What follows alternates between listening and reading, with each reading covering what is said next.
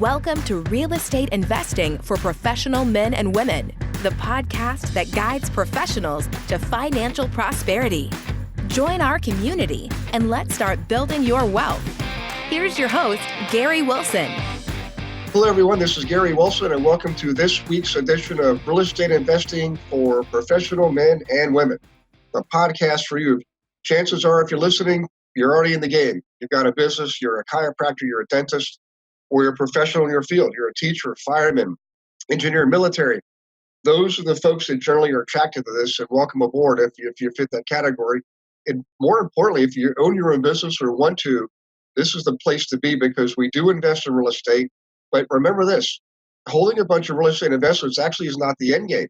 It's the foundation upon which you can launch other businesses and do things you really are passionate about. I've got a great guest coming up here, Anna Jenkins, in a bit. She's been living the model. I've known her for years. And she and her husband, Rick, get to travel all over the place in an RV. But before that, a little bit of housekeeping. If you haven't already subscribed to the podcast, you can find it on probably 75 different channels. Obviously, the biggest are iHeartTunes and Apple Tunes, Apple Radio. So in any case, also, the community we've been developing is growing quite rapidly. I've been doing this now for me personally, I've been investing for 33 years. I've been a broker for 17 of those years. And for the last 4 years, I've been traveling all over the U.S. and Canada teaching this subject, which is investing in real estate the right way. We're not into the smoke and mirrors techniques here, guys. No money down, owner financing, buying on terms, all that stuff has its place, but it's not here, okay? Sorry. This is for people who look at investing as a business because it is a business. And when you feel, think, speak, and act like a business, I promise you're going to be way more successful investing in real estate. And it's a perfect example of that. So in any case, if you'd like to join the community, it's quite easy. Just go to myinvestorservices.com and look for the links for either bronze or silver, multiple levels you can get in on and participate. So in any case, we'll talk more about that at the end here. There is for those of you who are interested, coming up on April 5th, 6th, and 7th, there is a 3-day event, Path of Prosperity, at the Anaheim Marriott, of course, right outside of the gates of Disneyland. So come on out, bring your families. It's Friday, Saturday, 5th and 6th, 9 to 5, and Sunday we finish at 1, half a day on Sunday. So more about that later, but for right now, I want to jump in and give you guys some really good meat and potatoes and a real live, living example of success following the model. So without further ado, I want to introduce you to one of my oldest, dearest friends, Anna Jenkins. So hi, Anna, how are you? Hey, doing great. If you could, do me a favor. A lot of people, sometimes people may know your name, particularly in Virginia, because I know at one point you were the number one agent in your region, and you've been investing, you've been on the radio, you've got your own investor club. But for everybody who's in, across the U.S., Washington State, Missouri, up in Ontario, Quebec, tell us a little bit about who is Anna, because I want them to know a little bit about you. And then when you start telling your story, things will start to make a lot more sense, Will do. Okay. Well, so since this is an investment podcast, I'm going to kind of focus more on that and kind of start out with I was a little bit lucky when I was growing up. My mother actually ended up getting into real estate investing and helping investors. She was a realtor for a short time, but she actually more got into rental properties and doing that and doing management. At that time, I did like real estate, but didn't really think that that's where I was going to go. I actually joined the Navy when I was 19, and I was in the Navy for 11 years, but did also see the benefits to investing. So when I actually came back to Norfolk, I lived in Spain for 3 years and then returned to Norfolk. I bought my first duplex sight unseen. So, I've been in real estate now 16 years, and I was in the Navy 11 years. So this was quite a while ago. We did not have internet and all. Yeah. I know it doesn't sound too long ago, but it was at least, like 20, 25 years ago. So we didn't have internet. I wasn't able. So I bought this duplex sight unseen. Very pleased with it, though. So I was able to, I lived in one part of it. This is what my mom kind of taught me. Hey, get somebody to pay your mortgage. So I was about, at that time, I think I was 26, and it's about 20 years ago. And I lived in one part and I rented out the other. What I found, though, was it's like, I really don't need that much space. And I'm in the military and I was being deployed and detached a lot. That was actually at the time of Afghanistan and Iraq. And so I really wasn't in the United States that much. So what I did was then built a smaller, more efficient unit for myself. I built a garage apartment over the garage. And so I was actually able to rent out the two larger units, and then I lived in the smaller unit. So then when I later decided to move to another part of Virginia and actually get into real estate full time, I sold that as a triplex instead of a duplex and did well. Now, actually looking back, I wish I did not sell that. Yeah. But at the time, it was a good idea, I thought at the time. I ended up getting into real estate sales, and like Gary said, I did very well. I had a team. I was had the top team in the area for over 7 years.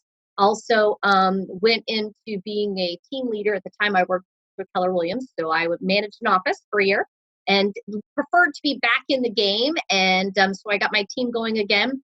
But at that time, that was also at the time that my husband and I were kind of becoming empty nesters. And we wanted to invest in more property because we felt, you know what, that's our retirement. So I had one rental at that time. My husband then bought a rental of his own. So we had two rentals.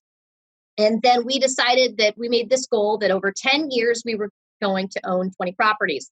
So now we're at, 4 years later, we actually own 8 properties, but they also have multiple doors. So we have 15 doors with those properties. And so we're well on our way to our goal. Our goal is still 20, but we made it a little bit easier and more lucrative by adding doors rather than just property. So those make multifamily units, duplexes, triplexes, things like that. So that's going very, very well for us adding those doors. Now, also at that time, we didn't really like what we were seeing in the property management realm. Both my husband and I were in sales, and we weren't finding what we wanted. People were getting calls returned and things like that. And then we said, you know what? We've done well in sales, and why don't we add this cog to our wheels? So that's what we did. And we found out when doing that, that actually also helped to, of course, make us more money, save us money in our own property management. But with property management, it's a more reliable and foreseeable future on the money side. You can see things coming 6 months to a year in advance with either sales or re-rentals or helping tenants buy homes. So you see that. And then also with your property management, you're still doing sales, or we still do sales. It doesn't require as much face time. So we have a great team established. And so that's how Gary mentioned we can travel a lot. We bought an RV last year. We actually aren't even in the area. We weren't in the area before Thanksgiving until about mid-January this year. Mm-hmm. We were still working, but we were able to work remotely because we had an awesome team. So that kind of sums up things, I think, with me. Gary, I'm sure you have some questions and could add some things wherever you want me to touch on more, I can. Yeah. Diana, everything you just described there, now that was just last week, right? Well, what about this week? Actually, the majority of it was just over the last 4 years. Yeah. So. Well, what's amazing here is I love the fact that you're definitely open and aware to, and I won't just call it opportunity, but what I call related opportunities. In other words, it's all about leverage. You're already doing one set of activities, and all you're doing is you're looking for the next most closely related activity, which doesn't require you to create an entirely new infrastructure. You can leverage the infrastructure you already got. So if you think about real estate investing, remember I said in the beginning, guys, real estate investing is, when I first started, I thought, well, that's the end game. That's my ultimate goal. I'm going to be a big investor, going to retire, never have to work a day in my life. Turns out I achieved that quite early, and I kind of got bored. I'm like, well, what do I do now? I mean, I'm sitting on my deck, drinking coffee, reading the paper. My neighbors are all going off to work. And it took me a year. I actually worked harder that next year because it's like I felt uncomfortable. It's almost like a guilt thing. But what I found out was I can leverage my real estate investing to do other things I love to do. And one of those things is I love building businesses. So back to you, though. I want to get into the building the business part for a moment. But two things I want to touch on first is I got to ask you, do you remember what the price was of the first duplex you bought back in Norfolk? My God. And what did you sell it for? And I'm assuming, I know you personally, so I know you mean Tidewater, Virginia, Norfolk, Virginia. But for the sake of the audience, there's a couple of Norfolks. I've been to over 600 cities and towns in the last 4 years. And but yes, so I know it's Norfolk. But do you remember the price you paid for it and when you sold it, what that was? Okay, I am going to guess, but I think these numbers are correct. So I believe I might have paid 165. Okay. And I sold it for 212. Nice. I think. Now I could be wrong. I could have paid 65 and sold it for 112.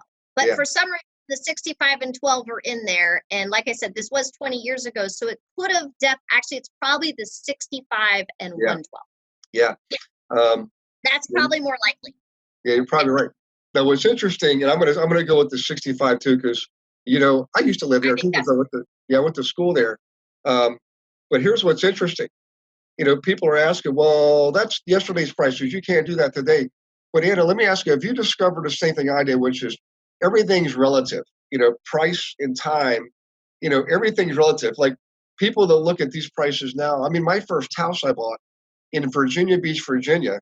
I mean, a nice neighborhood was $63,000. Was a 4-bedroom, 2-bathroom ranch. Today it easily be over $500,000. And today I don't even flinch. I'm thinking, well, if that's what the market is, that's what the market is. Back then, 63 was just what the market was. So I want to emphasize to people that the best time to get into real estate is now. The old saying, people will say this all the time. Well, I'm going to wait. I'm going to wait and buy. I'm going to wait till the market changes. I'm going to buy. It's better to don't wait and buy. It's better to buy and wait. I mean, would you, based on your experience, look at you, 65 to 112, that's essentially almost doubling your money. Almost double. So, and actually, just to put some clarification on that, at that time, I bought it as a duplex, 65, and I had some work to it, but not too much. It was definitely livable. I just did some upgrades, things like that. I redid the floors, redid the cabinets, things like that back then. But when I added that other unit, which the other unit cost me about 25 grand to add, I do know that. And so now I've got probably 90 in it. I made, and this was only 3 years. And back then, again, looking 20 years ago, so I made 22,000, in that 3-year time frame. That's why I wish I never would have sold it. But I mean, I did make a good profit in that 3 years. Back then, 22,000 for a 20-some-year-old was pretty good. Yeah, no, I agree. And the one of the critical factors here is, and just by the way, I got to tell you this for the audience listening. My first house I bought with my college roommate Socrates, and we paid $63,000 for it. Like I said, we assumed the owner's first mortgage. It was a VA mortgage, and for those of you listening, you can still assume VA mortgages. People say that you can't assume mortgages anymore. That's not true. VA mortgages are still assumable, and so are a lot of adjustable rate mortgages, by the way, too. In any case, 2 years after we bought it, I got married. Socrates bought me out, and we just agreed to whatever the market value was at the time, 75 or something like that. In any case, the bottom line is this: is I put 3,000 in, and 2 years later, I got 8,000 out. And while we lived there, we rented out the other 2 bedrooms to 2 other guys, and my out-of-pocket cost was like $50 a month. So in any case, so what I want to point out here for you, and for the folks listening, is you saw an opportunity to take that existing asset and improve the asset, not just by putting in new countertops and carpeting, but by adding another unit. And I want to emphasize that because I've been to a few of your other places in Northern Virginia, and you've done that pretty consistently, and you've done it very well. Nice looking work. I mean, beautiful. It fits in with the neighborhood. But talk a little bit about that, because I want people to understand this is think outside the box, guys. Don't just see what you're seeing. See what you're not seeing. See what's possible with what you're seeing. So you see a single family home, and you buy it 2-3 years later, it's a 3-unit building, and you move from unit to unit while remodeling it. Then you eventually rent the whole thing out and get the next property. So if you don't mind, talk a little bit, because that is an awesome strategy, and it's worked well for you on record. You've got 15 units, Correct. So what we've done is we started off, and again, like I said, this was about 4 years ago that we started, and we were empty nesters, so this was easier. We ended up going with, I guess you could say, traditional mortgages, so to speak, and things, because we were able to get good interest rates with low money down because we were going to live in it.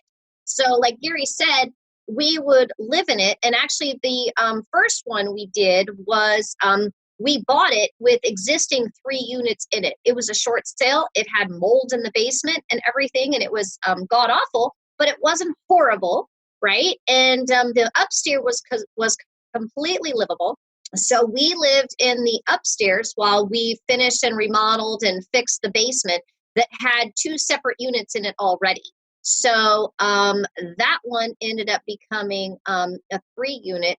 We actually bought that for, and I will tell you, my husband is the numbers guy on these ones. He's got a strategic thing all out, and I should call him in here. I believe we bought that for 185 or 190. And that then we look at cash flow and equity and all of that. To this day, it would probably sell for over 300. And with cash flow wise, our payment on that is just slightly over. We may have bought it for less, actually, slightly over $1,000 a month, and so we cash flow almost $2,000 a month on that property, and Wow. that's just awesome. And so the other thing that we is we don't scrimp on our properties. I mean, that property already, the upstairs unit had granite countertops, a nice kitchen with an island. We did need to go in and paint. It already had nice wood floors. The wood floors were damaged, so we did have to redo those. Downstairs we ended up installing, nice tile bathrooms. So we don't scrimp on those things, because the nicer you make your properties, the more money you can charge for them and the better tenants you get. So one of our mottos is that we're never going to buy a house in a place that we wouldn't live. So we don't buy in, I guess, Class C, I guess you could say, neighborhoods, things like that. We buy in, not great, not A neighborhoods, but B neighborhoods, Right. mid-range neighborhoods, to where we can have a good family there or good people there, but places that we would not mind living. And we've lived in the majority of our units. And also what this was and how we do it, a lot of times, this was a large rambler with 2 basement apartments in it, is how it was. And that's what we like, is we'll take a rambler with a mother-in-law suite or something like that, and then that's actually a 2-unit. Yeah. Because in our area, the prices are pretty high. And to really cash flow in the way we like to cash flow, that's how we do it, by having multiple units. Yeah. Well, I like the fact that you don't just focus on one way to make money in a property. In other words, you mentioned cash flow and appreciation. So there's really 4 or 5 major ways to make money in rental properties. It's either net operating income, which is your cash flow after expenses. The appreciation, the property goes up in value, of course. Depreciation, which is the write-off we get for the pillage of owning real estate. It's an IRS write-off. It's basically a paper write-off, depreciation. Equity pay down, which means over time your mortgage is being paid down, right, by your tenants, more or less.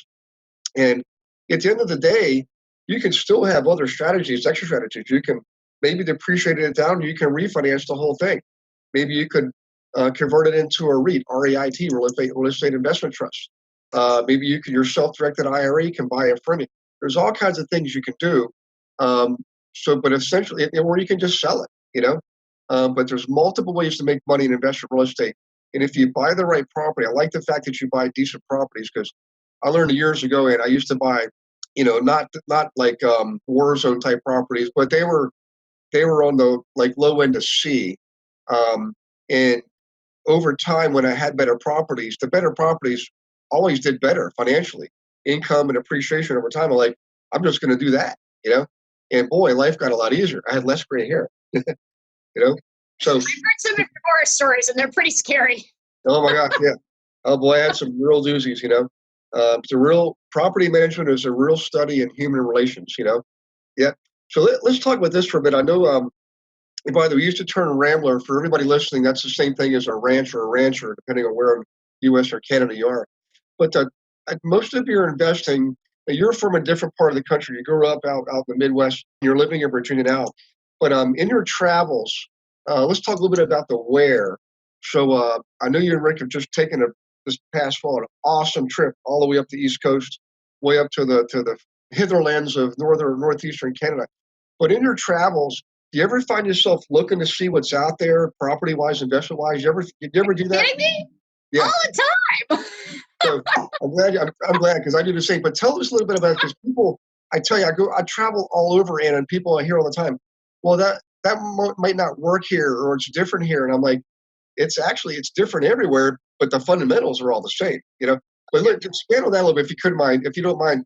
If you've been able to find almost everywhere you go, there's always some opportunities somewhere. It seems like, you just got to lift up enough rocks, Oh, definitely. I mean, whenever we're traveling anywhere. So Gary is mentioning the fact that we went up to Nova Scotia, Canada, and went around there. And, and Prince Edward Island and all of that. But then we've also we spent a lot of time in Florida this past year because that's where my husband's parents live, and really actually like the Fort Lauderdale area. So you know what? Maybe I'll touch on that. So whenever we go to any of these places, of course, we're checking out what the real estate's going for, and then also, though vice versa, you check out what the rents are going for. We've actually looked at different properties in Florida because we were interested in possibly investing there because, Rick's parents live there. I actually also have my broker's license in Florida just to possibly have that for future use as a possibility. And what we found in the areas of Florida that we were looking, whether it be around Tampa or even around Fort Myers, is the cash flow for us wasn't there. So we were finding that the rents were pretty low. That was issue. So the prices were almost equal to the Virginia prices, but then the rents were pretty low, which we have some good rents up here in Virginia. It was our rents, are probably an average of $1,500 a month. The rents in Florida we were finding were about $600-700.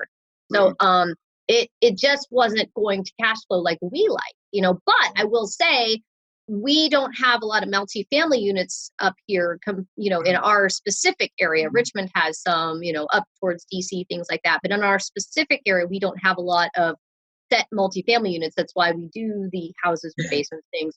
But in the Florida area, there were tons of multi-units. Okay, so you could cash flow a lot better with a multi-unit, and the prices on multi-units were pretty good. So that was good. That was better. But what we really liked was, again, we're not going to do it unless we're going to live there. So we were also looking at a place that we might want to land. And so we actually were looking at the Fort Lauderdale area, and there's this restaurant area that's actually away from the water. You know what? Las Rolas or something like that. It's something like that area. And I'm sure somebody can correct you, get some comments on your podcast for this if they tell you what the area is that I'm talking about. But it's very trendy, up and coming. And so we happen to be, sitting at a happy hour at a restaurant, and, it's in the bar area. So right next to us were these three guys. So of course we start, hey, you mind talking to us about real estate? Like, how much is your apartment? What's this? And so that's kind of what we end up doing is we end up investigating through the local people. Do you live here? Hey, where are you at? And the one guy, he lived a little bit outside of Fort Lauderdale in Hollywood. And so he was telling us about that real estate. And so we were looking on that. The other thing that we do is we bike. We bike a lot. And so what we do is on a closer basis, a more intimate basis, I guess, is we'll bike around and look at the neighborhoods and look through the neighborhoods and be kind of investigating what the neighborhoods and things look like. So we are always looking for those opportunities. We really like at this time to invest close to us. So we haven't been able to find that deal that's far away from us yet, but we are always on the lookout. Yeah, well, that's cool. I appreciate you saying that. And Florida is a great place. And one thing about Florida, for everybody listening, is the landlord-tenant law in Florida is far more pro-owner than many other states. Yes. And what's ironic, I've been all over. You would think that a place like Pennsylvania will be tougher on owners than Virginia. It's actually not true. Virginia is actually tougher on owners than Pennsylvania. But it doesn't mean you don't invest there. It just means you have to study. Like Anna, we can't change the market, but we can study the market, right? And then you know what to do in that market. So in Virginia, obviously, I've had property there. You got property there. People make a lot of money there. Same thing in Pennsylvania, obviously in Florida.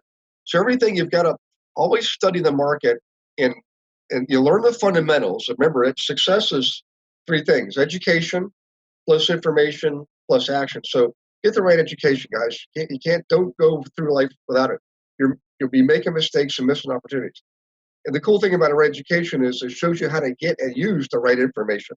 Use the information to take meaningful, effective, profitable action. That's really it. I'm in California right now. I'll be here until the end of April.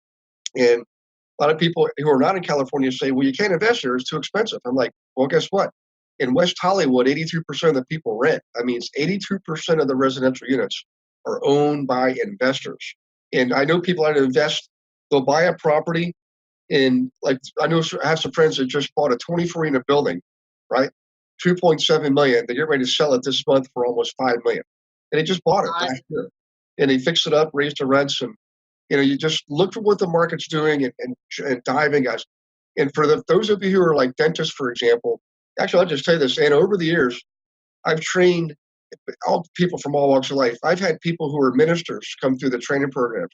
7 ministers come through the training programs. I've had airline pilots come through the training programs.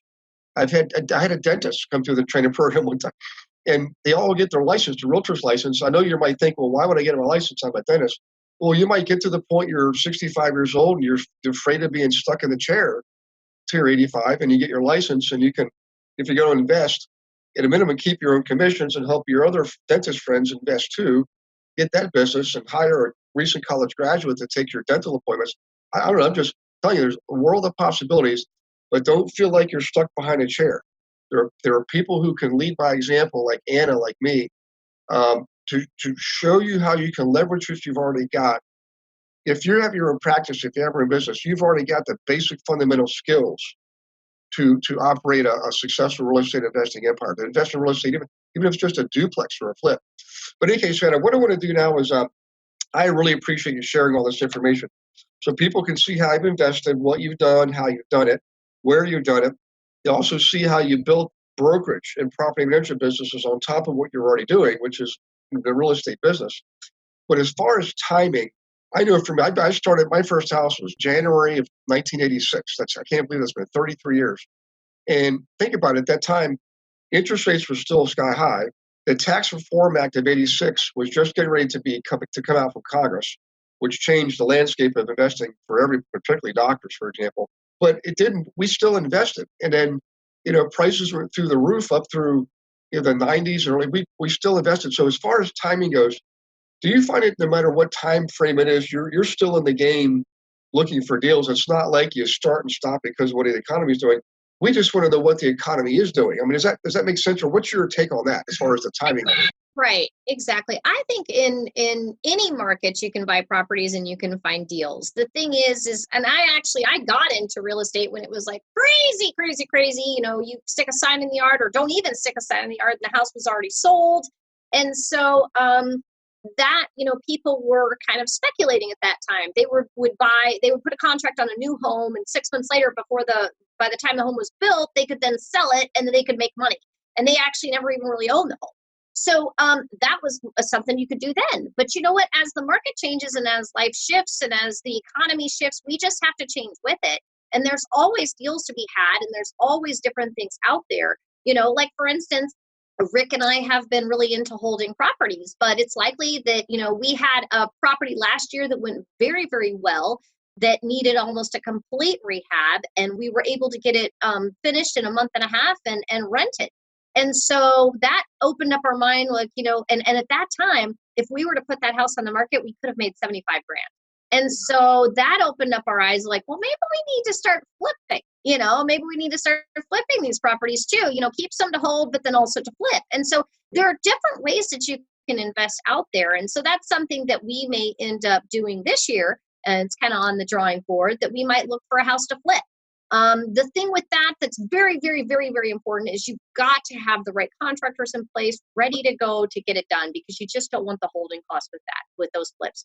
And you've also got to make sure that you got a good deal on the front end, just in case anything happens with the market, then you can definitely sell it, so you just want to always keep those different in mind. It's really just all about, knowing your numbers and being knowledgeable where you are and with the property and with the area, and knowing that those numbers will work no matter what. I mean, we do a cash flow scenario, numbers scenario, repairs, like how much is all going to cost on any property that we even think about buying. Right. And we make sure that it is going to benefit us all the way around before we pull that trigger. And I'm more of the 51% type person. And if it works 51%, then I'm probably going to go for it. My husband's more, it needs to work like almost 90%. So between the two of us, it's probably got to work about 70%, and then we'll pull the trigger. So we work and balance each other out that way. But even the 51% of me, the numbers have got to work. And if the numbers don't work, you move on. There will be another property. That's what it all comes down to. Yeah, there's an old saying: the bus will be around again tomorrow. And so real estate is always there. That's it. Well, the other thing too is you mentioned potentially flipping. The reality is you can flip multi-units just like you can flip a single family. A lot of people miss that altogether. And the other thing too is, depending on the economy, prices are up, but financing is tight. you can sell it through a lease option. You can lease it to somebody with an option to buy later on, and you get to keep the option fee. It's just amazing. There's so many different strategies. You can let them buy it from you through a land contract or a wraparound mortgage. There's all kinds of strategies. And that's what I mean by understanding the rules of the game, the fundamentals, and studying the market. So get the education, get the information, and take the correct action. That's really all it comes down to. So, hey, real quick, Anna, we're getting short here, but I personally appreciate you doing this. I know I speak for a lot of people when I say thank you for doing this, but two things I'll kind of do a knock on two birds with one stone here. I want you to give us a little bit of the why, like what drives you. I mean, I know you personally, you and Rick, but I want you to share with people what really drives you, because like me, I'm all about my personal freedom. Here I am in California right now. Last winter I was in Florida. People ask me where I live. I'm like, I really don't live anywhere. I kind of live everywhere. So for me, it's all about freedom, but also I want people to understand that if they are interested in investing in Virginia, they've got the ace team in you, Anna Jenkins and Rick Banez, right there, right in the heart of Virginia. Man, you're close to Tidewater, you're close to Richmond, you're close to Northern Virginia. I mean, you could get to all kinds of places in an hour and a half. Ample opportunities. So make sure you let people know how to get a hold of you. Anything you can share with them, a website, an email address, or some special report you wrote. But before that, I want people to know why you do what drives you, because they might see in them a little bit what you're describing in yourself, and you just might inspire somebody, Anna, to finally take that move today, get out of the bleachers, get down on the field, and start swinging the bat. Gotcha. So really, really what my why is I want to be able to do what I want to do when I want to do that. But what that actually means to me is a lot in helping people. So I'm a Christian, and I'm very mission oriented. And so if I want to help someone by giving them some money or giving the church money, I want to be able to do that. But we're also action oriented. So if a mission trip comes up that we want to be able to do, first off, we need to know that our business is taken care of with the great team that we have, so that we can help go and serve others. Another huge thing that we love to do, my husband and I, and this is another reason why we bought the RV, is we love to help with disaster relief. And so I've actually been helping with disaster relief now about 9 years. And what that is, it's with the Southern Baptist Convention. It's the yellow shirts. If you ever see people running around on TV, we work in partner with the Red Cross and Samaritan's Purse. And also, Salvation Army, mostly the Red Cross and Salvation Army. And we are first responders on those scenes for mostly hurricanes, but I've also helped with floods, have ice storms. We do chainsaw. We just went to remove trees in Atlanta because of the tornadoes that went through there last year. And so with that, and with buying the RV, now we can actually go, and if there's no electric, water, or showers or anything, then we know that we at least have one on our backs. Yeah. That is actually important too, because as you know, we can't time disasters, and we need to be able to help when we're called. And most of the time that's only with a few days notice, maybe a week now with weather prediction being better. But really, again, we need to know that our business is taken care of, and that our financial aspects are taken care of. And with the way we've set our businesses up, and with our investments and the way we invest, we know that that is the case. So then we can go and again help others. So I would say that's my big why. And I didn't know if you wanted to comment on that, or if I should get my information. Yeah, no, I appreciate it. For everybody listening, I was going to tell you. So last year, when Panhandle of Florida, the Pensacola area, that whole stretch here was hit by the hurricane. I mean, I didn't even think the sun had come back yet, guys, the next day. And I got a post from Rick and Anna. They were already on the way, brothers and sisters. So yeah, actually, when that broke out when the hurricane hit Pensacola, we were actually in North Carolina helping from that hurricane that had hit the coast just a couple weeks prior to that. So we were in North Carolina, and then the hurricane happened, actually had taken us out power. We didn't know at that time. We were doing they're called mud outs. So we were moving everything from the house due to the flooding and everything that happened with the hurricane. And so all of this debris and everything is on the road and sitting there. And that's what we were just praying for, is that this other hurricane wouldn't come and then throw all this out around about everywhere again. So thankfully, we actually weren't that affected, but we did lose power, which was interesting for a couple days. But then we got the call to go down, and we didn't go all the way to Florida that time. We went and helped with Atlanta because they were hit, or not Atlanta, I'm sorry, I apologize, Georgia, because they were hit very hard in southern Georgia by tornadoes. Yeah. Hey, so before we go there, if people are interested in investing in basically central northern Virginia, I mean, I would encourage you, just talk to Anna. Give her, if you want to interview 3 agents, make sure Anna's one of them. But how can you get a hold of you? Where can they find you? I see Home Dream Realty right in the background there. Yes. Yep. Definitely. So you can go to our website. It's homedreamva.com. That's homedreamva. homedreamrealtyva.com. And also my email, you can go to that directly, anna.homedream@gmail.com. That's anna.homedream@gmail.com. Or you can give me a call, 540-300-7376. That's 540-300-7376. Awesome. Well, I'll put that in the podcast notes too. So everybody will be getting that in there. And so don't be surprised if you get a call or two. And for everybody listening, I want to tell you, I've known Anna for quite a while now, easily over 10 years, and absolute top-notch, same with her husband, 100% integrity, just honor and coming from contribution. I mean, they serve with a servant's heart, and they've helped me along the way, and every time they get a new house, seems like I'm one of the very first people that gets to go stay in the new bedroom, the new unit. So it's like there's a trail, like the old, George Washington slept here, There he was. So in any case, look them up. And then I think I speak for a lot of people when I say thank you from the bottom of our hearts for sharing your time. I know you're busy, you got a lot going on, and it's been a real pleasure having you on, and I appreciate your generosity once again, Thank you, Gary, and you're always welcome. All right. And hang tight. And everyone else, we will see you on the next edition of Real Estate Investing for Professional Men and Women. We always try to bring special guests like Anna that show you to lead by example, not just give you the what, but the how, so you can see yourself doing the same thing and achieving the results you want to achieve. So go to myinvestmentservices.com, join the community, quit waiting around. This is not dress rehearsal. This is the real deal. This is real life. Come on aboard and work with people who do investing the right way.